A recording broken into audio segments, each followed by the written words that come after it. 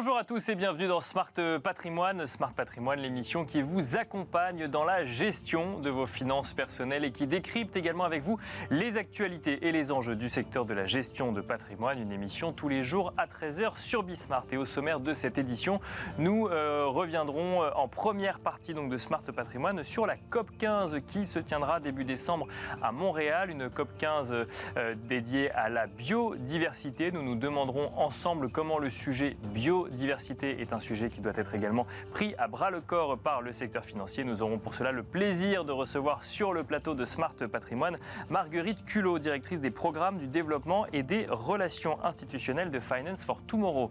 Nous enchaînerons ensuite avec Enjeu Patrimoine, un enjeu patrimoine consacré cette fois-ci à l'emprunt immobilier, au niveau de taux d'emprunt immobilier actuellement. Nous nous demanderons avec Sylvain Lefebvre, président de la centrale de financement, mais aussi avec Vincent Danis, président de Savignan, si les conditions d'emprunt, si malgré le fait que les conditions d'emprunt soient un petit peu plus difficiles en ce moment, au global, est-ce que cet emprunt immobilier reste que malgré tout avantageux? C'est donc la question que nous nous poserons dans un instant. A tout de suite dans Smart Patrimoine. Et nous commençons tout de suite avec cette COP15 qui se tiendra début décembre à Montréal, une COP15 dédiée au sujet de la biodiversité. Pour en parler et pour surtout évoquer ensemble le sujet du rôle de la finance et du secteur financier face à la préservation de la biodiversité, nous avons le plaisir de recevoir sur le plateau de Smart Patrimoine Marguerite Culot. Bonjour Marguerite Culot. Bonjour. Bienvenue sur le plateau de Smart Patrimoine. Vous êtes directrice des programmes du développement et des relations institutionnelles de Finance for Tomorrow. Donc on le disait en introduction, la COP15 doit se tenir début décembre à Montréal. On va évoquer ensemble le sujet des enjeux financiers en lien avec la préservation de la biodiversité. Mais peut-être un petit rappel pour tous ceux qui nous écoutent, qui ont suivi les accords de Paris en France. Cette COP15, son objectif, quel est-il? Déjà, elle a été reportée, ça fait 2 ans qu'elle est reportée. Elle devait avoir lieu en Chine et elle a finalement lieu au Canada sous présidence chinoise toujours. Exactement, oui. Elle aurait dû se dérouler en 2020.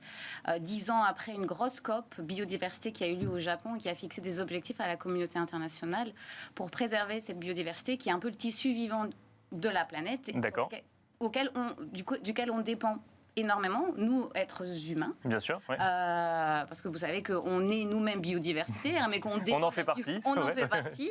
Et on dépend extrêmement beaucoup de la biodiversité pour se nourrir, se loger, manger, donc j'ai dit se nourrir, se soigner, s'habiller. On dépend de la biodiversité. Toute notre économie et la finance dépend aussi de la biodiversité. On va peut-être en discuter tout à l'heure. Mais effectivement, il y a une COP 15 qui arrive au mois de décembre, donc quelques semaines après la COP 27 pour le climat, qui aura lieu à Sharm el-Sheikh, qui va d'ailleurs commencer dans quelques jours.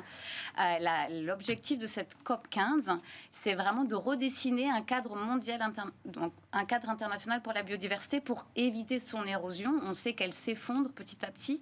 Il y a notamment un rapport du WWF qui a démontré, qui est sorti il y a une semaine, et qui a démontré que près de 70% des vertébrés s'érodent depuis les années 70. Et c'est vraiment sur base scientifique. Hein. D'accord. Oui. Et tout ça a évidemment des conséquences au niveau de notre alimentation, l'alimentation de l'homme, mais aussi plus globalement, comme on l'a évoqué tout à l'heure, un impact sur notre santé, sur l'eau, sur... Oui, parce que quand on lit effectivement les articles qu'on peut trouver sur le sujet, on a des chiffres qui arrivent, plus d'1 million d'espèces animales ou végétales qui seraient menacées d'extinction, 3/4 des écosystèmes terrestres qui ont été altérés par des activités humaines, vous l'avez dit, ça arrive 10 ans après une première COP15. Ça veut dire qu'il y a déjà eu un premier plan d'action et on va en définir un deuxième, mais j'imagine qu'on va également faire le bilan du premier plan d'action. Il n'est pas encore fait aujourd'hui, mais j'imagine qu'on a quelques indices quand même. En fait, il est un peu fait et on a un peu démontré que les objectifs qui avaient été fixés à Aichi, c'était les objectifs d'Aichi en 2010, n'ont pas été atteints. D'accord. Et la preuve en est, c'est que la biodiversité s'érode et puis on voit les conséquences sur nos vies, hein, finalement. La crise du Covid est un parfait exemple de la mauvaise santé des écosystèmes et du coup de notre mauvaise santé, nous, en tant que société humaine. Donc, les objectifs n'ont pas été atteints. Les objectifs de la prochaine COP, c'est d'atteindre et d'avoir la signature des États qui sont membres de cette convention, et qui fixe un cadre ambitieux et clair pour les années 2030. C'est tous les 10 ans. Les COP biodiversité, c'est tous les 2 ans, contrairement au COP climat qui se déroule chaque année. Mais le cadre mondial doit durer 10 ans. C'est des objectifs qui sont assez divers. Ça va de, par exemple, 30% d'espaces naturels protégés à l'échelle du globe jusqu'à l'arrêt des l'utilisation des phytosanitaires. Et il y a surtout aussi un objectif d'alignement des flux financiers vers les objectifs. On y arrive. Voilà, on arrive au financement et à l'implication, au rôle que doit jouer le secteur financier dans les objectifs. Justement, c'était ma question, c'est comment s'imbrique le secteur financier dans ces objectifs de préservation de la biodiversité? Alors, j'ai quelques chiffres. Bien sûr, avec plaisir. Les écosystèmes ont été évalués et on sait qu'ils représentent une valeur de 125 milliards à 140 milliards de dollars. Donc là, c'est une valorisation des écosystèmes. C'est une valorisation des écosystèmes. Et les écosystèmes, c'est aussi tous les services écosystémiques que ces écosystèmes nous rendent. Donc c'est la purification de l'eau, c'est évidemment l'alimentation, les vêtements, etc., ce qu'on disait, mais c'est aussi tout ce qui concerne plus globalement nos vies sur Terre. En fait. D'accord. Ils ont été évalués à quand même assez conséquent, 125 à 140 milliards de dollars, avec forcément des implications socio-économiques. Et ça, c'est quoi, pardon? C'est la valorisation de l'intégralité des écosystèmes ou d'un écosystème? Non, des écosystèmes, d'accord. Okay. Et donc, du coup, on voit que c'est assez conséquent en termes économiques, sachant que, de façon générale, le système économique ne valorisent pas ces écosystèmes. Bien sûr, ils externalisent pas ce qu'ils impactent et ils internalisent pas ses coûts. C'est comme si c'était donné. Oui, on regarde pas combien ça nous coûte, ni combien ça coûte à la société. Contre, si jamais les économistes l'ont évalué, ces chiffres. Et par ailleurs aussi, on sait que 80% des emplois en France dépendent de la biodiversité.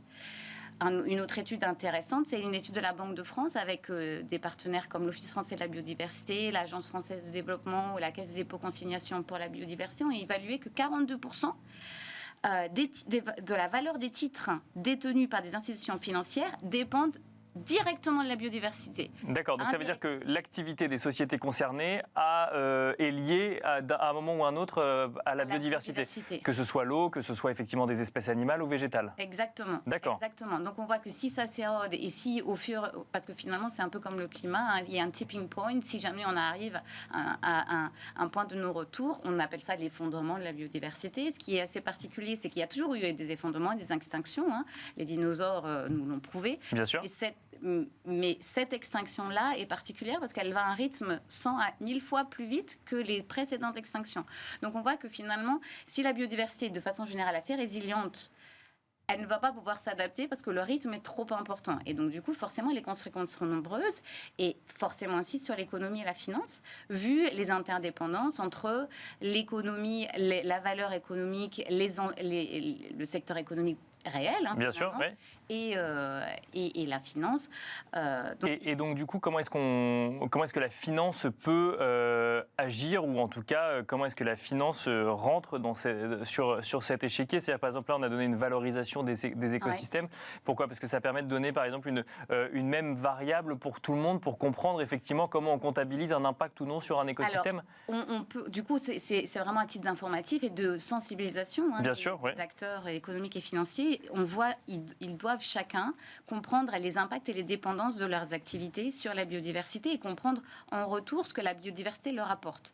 On revient sur le principe de double matérialité qui est assez facile à comprendre quand on parle de financement de la biodiversité ou de la biodiversité au sens propre. On peut impacter une activité économique ou financière, peut impacter la biodiversité. En retour, la biodiversité peut impacter, ou son érosion, peut impacter aussi les modèles économiques ou les modèles d'affaires. On a parlé de la dépendance. Il y a 42% de la valeur des titres qui est directement dépendant. Bien sûr. Sans doute 90% de la valeur des titres est indirectement dépendant à la biodiversité. Donc on voit directement aussi les impacts. Donc en fait, c'est quelque part, si je caricature, c'est lié la préservation de la biodiversité à une notion de performance économique ou de continuité d'activité économique. D'accord. Exactement. Et donc du coup, il faut absolument que les acteurs économiques et financiers comprennent leur impact et dépendance et puissent réduire forcément ces impacts sur la biodiversité afin d'avoir une biodiversité en bonne santé. parce que forcément, il y a des risques si elle n'est pas en bonne santé. Et une question quand même, comparée à une COP climat, où là, effectivement, la mesure est la même pour tout le monde. On parle de tonnes de carbone, on parle d'émissions carbone. Quand on parle de biodiversité ou d'écosystème, on est sur une approche beaucoup plus locale, voire même, même pas au niveau d'un pays, au niveau d'une région ou d'un territoire. Comment est-ce qu'on arrive à prendre des décisions qui vont concerner l'ensemble du monde quand on est sur des situations locales très variées? Alors, c'est exactement là où ça se complique. D'accord. Déjà, il n'y a pas de métrique biodiversité. Il n'y a pas un seul indicateur pour mesurer l'impact sur la biodiversité. Par contre, il y a des outils, il y a des méthodos qui existent et on peut être assez fier en France parce qu'on a des fournisseurs de données qui peuvent aussi aider les acteurs financiers, parce qu'ils ont beaucoup de finances, qui peuvent les aider à comprendre finalement leurs relations, leurs dépendances, les risques qu'ils peuvent encourir si la biodiversité s'érode ou s'effondre. Il y a notamment aussi, je voulais vous en parler, un cadre de reporting volontaire qui commence à se structurer, qui s'appelle la Task Force on Nature-Related Financial Disclosure. D'accord. Donc c'est TNFD pour l'acronyme, qui est un peu le pendant de ce qui existait pour le climat et qui a été réfléchi il y a déjà quelques années. Là, ils réfléchissent de façon itérative en essayant d'avoir aussi des échanges avec les acteurs qui devront utiliser ce cadre, ou en tout cas qui seront les entreprises, du coup, j'imagine. Les entreprises financières ou de l'économie réelle, et qui sont effectivement qui ont pris en compte ce critère très local de la biodiversité. Donc, du coup, ils ont proposé un cadre de reporting avec une utilisation d'un process où on doit localiser les impacts et en donnant des outils, des méthodologies qui permettent de le faire. Alors, parfois, ça va être très grossier, mais on peut partir du très grossier et puis après aller vers le granulaire. En tout cas, on sait qu'on peut faire des choses en ce moment. Et puis, je pense que c'est aussi la raison pour laquelle le secteur financier est plutôt partant pour avoir un objectif, notamment si on revient sur la COP 15, dans ce nouveau cadre international pour la biodiversité. D'avoir un cadre un peu plus clair, finalement. Exactement, et surtout d'alignement, finalement, aux objectifs de la CDB. Et notamment, les acteurs français sont assez en avance parce qu'on a notamment une réglementation française intéressante qui demande déjà aux acteurs de reporter sur leur dépendance, les risques, et aussi de s'aligner sur une stratégie pro-biodiversité. Merci beaucoup, Marguerite Culot, d'être venue sur le plateau de Smart Patrimoine dans le cadre d'un partenariat avec Climate Finance Day, qui d'ailleurs traitera de ce sujet également lors d'une conférence. Merci, Marguerite Culot, directrice des programmes du développement et des relations institutionnelles de Finance for Tomorrow. Merci à vous. Et quant à nous, on se retrouve tout de suite dans Enjeux Patrimoine.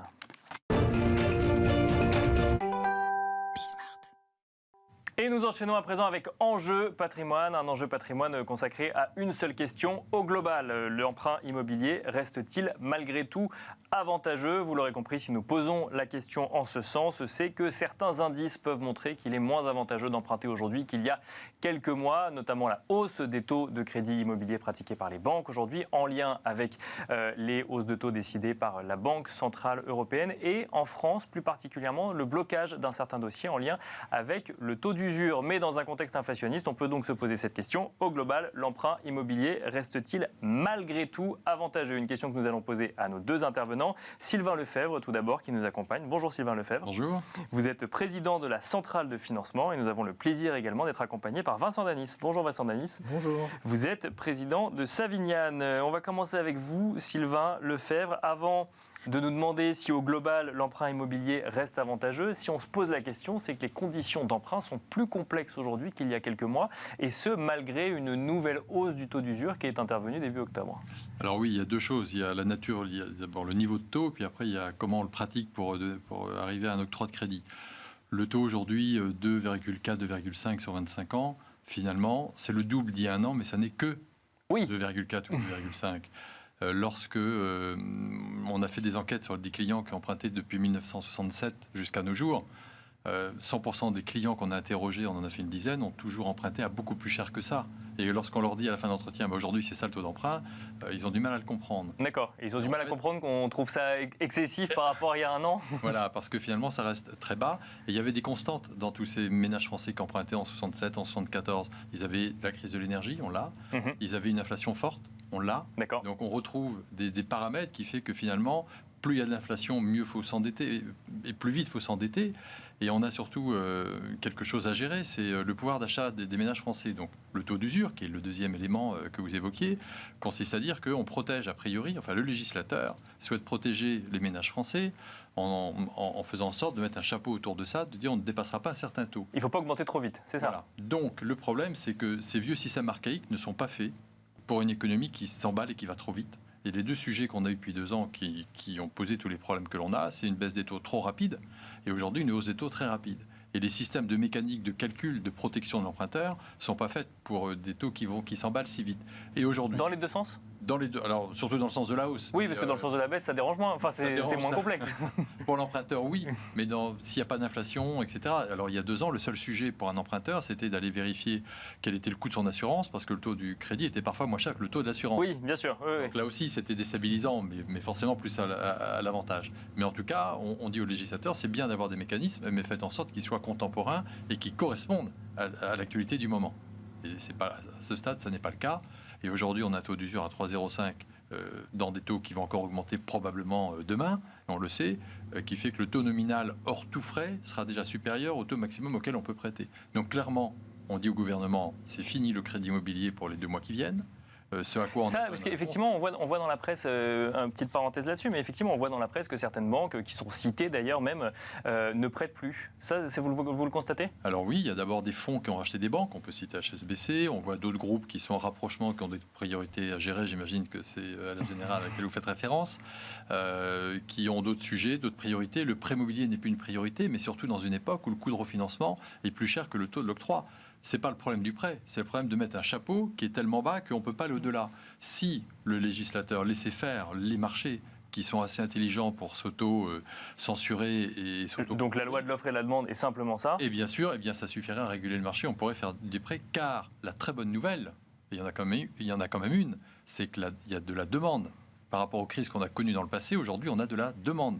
On ne peut pas la traiter et on bloque la filière de l'ensemble de l'immobilier, neuf, ancien, gestion patrimoniale, uniquement parce qu'il y a ce taux contraint qui n'est plus du tout dans l'air du temps par rapport à la vision d'aujourd'hui. Vincent Danis, il y a le sujet donc du taux d'usure qui bloque un certain nombre de dossiers, notamment quand on accompagne effectivement les porteurs de projets dans la recherche de financement. Mais de manière plus générale, effectivement, moi je trouve ça très intéressant ce que nous disait Sylvain Lefebvre sur le fait que si on regarde depuis 1967, 63 ou 67, en fait le taux au global mis en regard de ce qu'on a connu en France reste très avantageux, non? Il y a eu 2 évolutions majeures.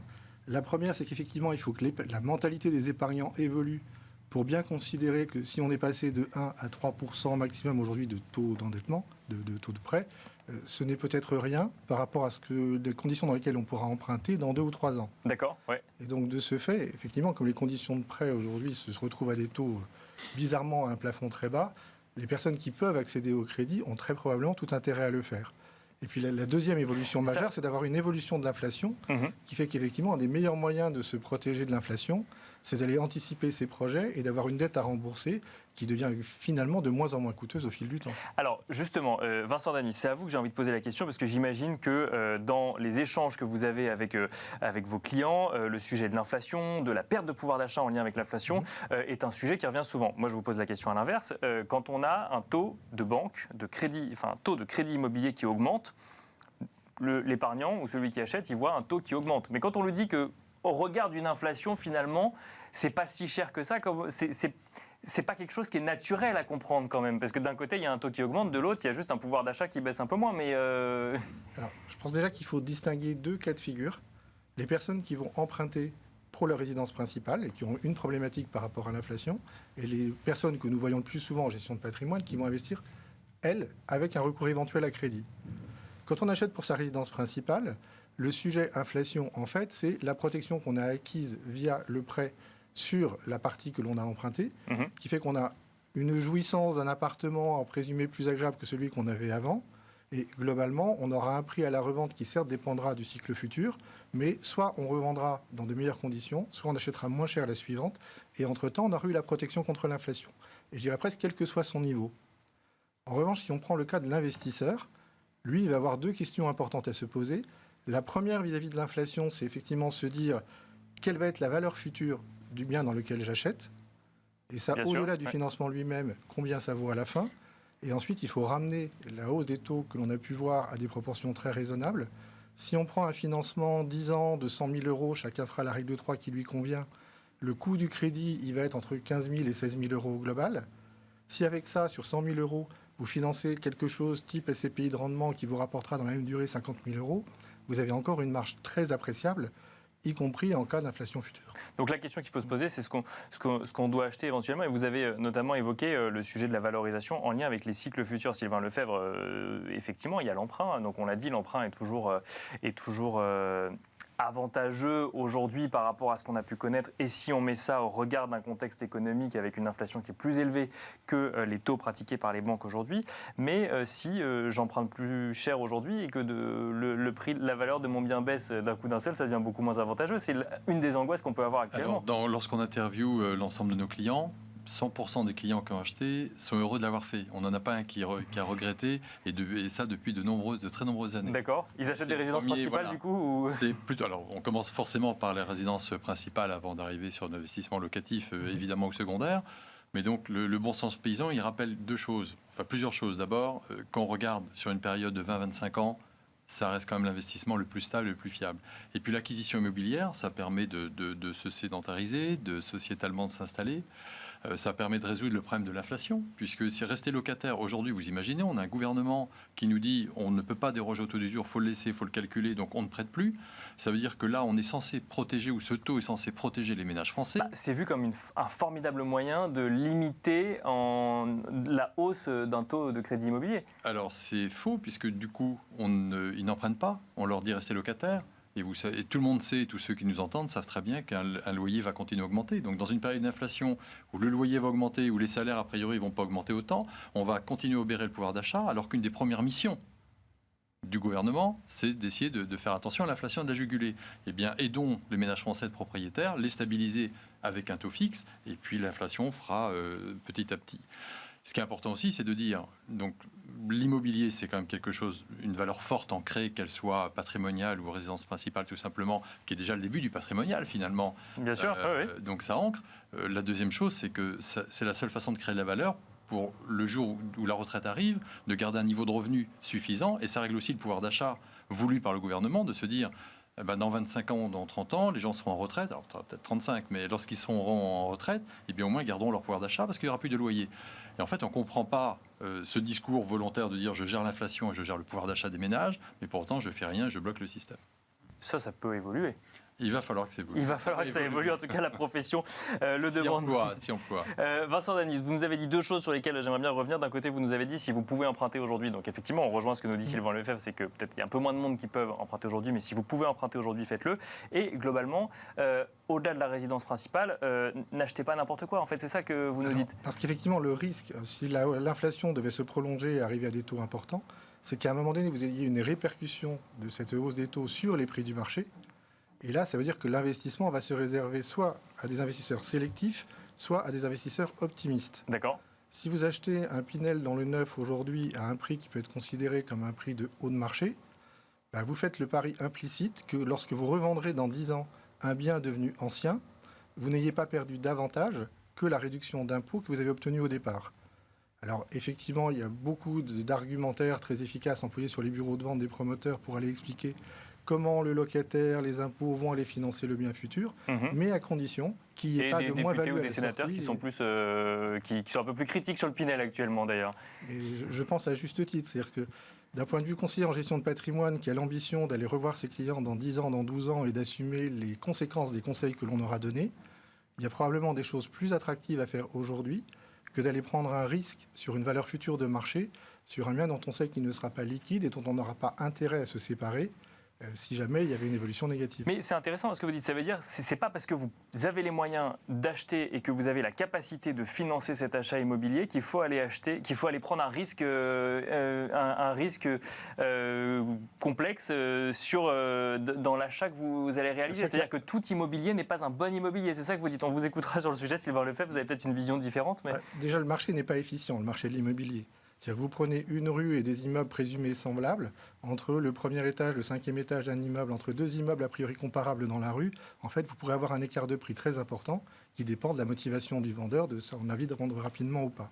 Donc ce marché est inefficient, les immeubles ne sont pas équivalents les uns aux autres, et donc déjà il y a une première valeur ajoutée à la sélection, qui est effectivement de pouvoir acheter à un moment donné sur un marché donné un bien dont on peut estimer qu'il est en retard par rapport à des biens comparables, et donc il est relativement protégé par rapport aux autres que l'on pourrait trouver. Alors on le trouve de deux manières en immobilier, en immobilier direct ou en immobilier indirect via la pierre papier, où là je dirais que c'est encore plus simple et plus lisible. Et là aussi, il y a un risque d'acheter, pardonnez-moi l'expression, mais n'importe quoi en pierre papier? Alors n'importe quoi non, mais pas à n'importe quel prix. D'accord, oui, c'est ça. Vous avez une marge de manœuvre de plus ou moins 10% par rapport à la valeur d'expertise, et vous pouvez trouver des patrimoines de qualité comparable. Certains sont 8 à 9% au-dessus de leur valeur d'expertise et d'autres sont 8 à 9% en dessous de leur valeur d'expertise. Ça veut dire que le moins cher aujourd'hui, en fait, est protégé à hauteur de quasiment 20% d'une évolution de marché par rapport à celui qui était plus cher. Et un autre élément à prendre en compte, c'est que vous allez pouvoir trouver dans ces investissements un crédit également à l'intérieur de ces produits. C'est-à-dire que la performance passée aura pu être construite par un investissement à 130-140%, en ayant recours à un crédit à taux bas. Et soit aujourd'hui la société de gestion n'est plus à même de recourir au même effet de levier à l'intérieur, soit plus dans les mêmes conditions financières. C'est-à-dire que les performances passées ne préjugeront pas des performances à venir. Et on rappelle effectivement que les SCPI sont des produits financiers et qu'il faut s'y intéresser de près, puisqu'il y a quand même des sujets après de location ou de vacances quand elles sont exploitées. Mais c'est un moyen comme un autre effectivement d'investir en immobilier. Sylvain Lefebvre, j'ai envie de vous poser la même question qu'à Vincent Dany. C'est quand on a la capacité, effectivement vous nous avez dressé le contexte, quand on a quand même la capacité d'emprunter et qu'on se dit que les taux vont continuer à augmenter. La réaction, ça peut être de se dire autant emprunter tout de suite et faire un investissement immobilier. Mais encore faut-il ne pas acheter n'importe quoi et ne pas se retrouver avec un bien qui est survalorisé par rapport au marché. C'est évident, l'emplacement. On connaît tous cet adage, mais c'est encore plus vrai aujourd'hui qu'hier. Le digital ne fait pas tout. On va encore visiter des biens, on observe dans quel quartier on construit, s'il y a des écoles, c'est quoi le tracé de demain, c'est quoi l'urbanisation en cours autour de ce quartier. Quand il s'agit de neuf, et puis d'ancien, c'est facile d'observer. Donc, ça reste fondamental. Il y a un risque de précipitation d'achat du fait que dans 2 mois, les taux aient encore augmenté ? Alors oui et non, parce que le taux d'usure bloque tellement le marché, c'est pas le freine, c'est le bloc, entendez-moi bien sur le sujet. Bien sûr, Et on sait qu'à un moment donné, le législateur commence à entendre notre discours, parce qu'au début, il y avait que les courtiers, maintenant les banques s'y mettent, puis les promoteurs. Enfin, vous avez aujourd'hui le marché totalement bloqué sur l'ensemble de la chaîne de la filière. Et ce qui nous insupporte à nous professionnels de la filière, que ce soit dans le prêt ou autre, c'est qu'on considère que l'analyse qu'en fait le gouvernement, c'est que l'immobilier, la filière entière, est juste une variable d'ajustement d'une politique générale. Bon, nous avons enfin un ministre du logement, avec M. Klein, ancien maire. Et voilà, et au moins il connaît son sujet, on est ravis qu'il soit là et on espère bien le rencontrer prochainement pour lui expliquer tout ça. Mais en fait, on se rend compte que globalement, jusqu'à maintenant, on sait que c'était pas une volonté propre au président de la République, l'immobilier à tout prix. À un moment donné, il faut au moins stabiliser les ménages français. Et on n'a pas le choix que de le faire. Et la digitalisation, ce qui se passe aujourd'hui, alors le trop de crédit, on est passé en 2019, je le rappelle, à 900 000 ventes. On est passé à 1 250 000 ventes l'année dernière. Peut-être 1 100 000 de ventes aujourd'hui. Donc on baisse un peu. C'est pas grave, mais il faut qu'on garde un bon niveau de relation. On a fait un bon début d'année qui s'est arrêté d'un seul coup, et c'est pas ça qui va régler le problème des prix. Il y a toujours des gens demandeurs. Il y a des promoteurs qui mettent plus de programmes. Et on finira là-dessus. Qui mettent plus de programmes sur le marché, et donc on va se retrouver avec toujours une pression des prix parce que ça manque de logement. Donc il faut emprunter et il faut construire. Vincent Dany, en 3 secondes. Oui, je voulais simplement dire qu'il y avait un nouvel adage d'actualité, qui est le locataire, et plus seulement l'emplacement. Merci. Et y compris dans la capacité à répercuter les hausses. Merci Vincent Dany, président de Savignane. Merci Sylvain Lefebvre, président de la Centrale de financement. Et merci à vous de nous avoir suivis. À demain, 13h sur Bismart.